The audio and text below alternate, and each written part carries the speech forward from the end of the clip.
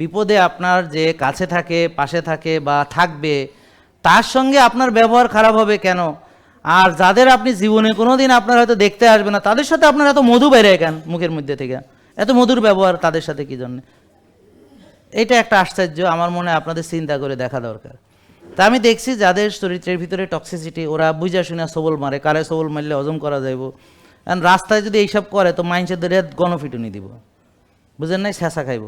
তো ঘরে তো ফারে বইলা করে, শক্তের ভক্ত নরমের জম, বুঝেন নাই কথা, এরা ফারে বইলা করে।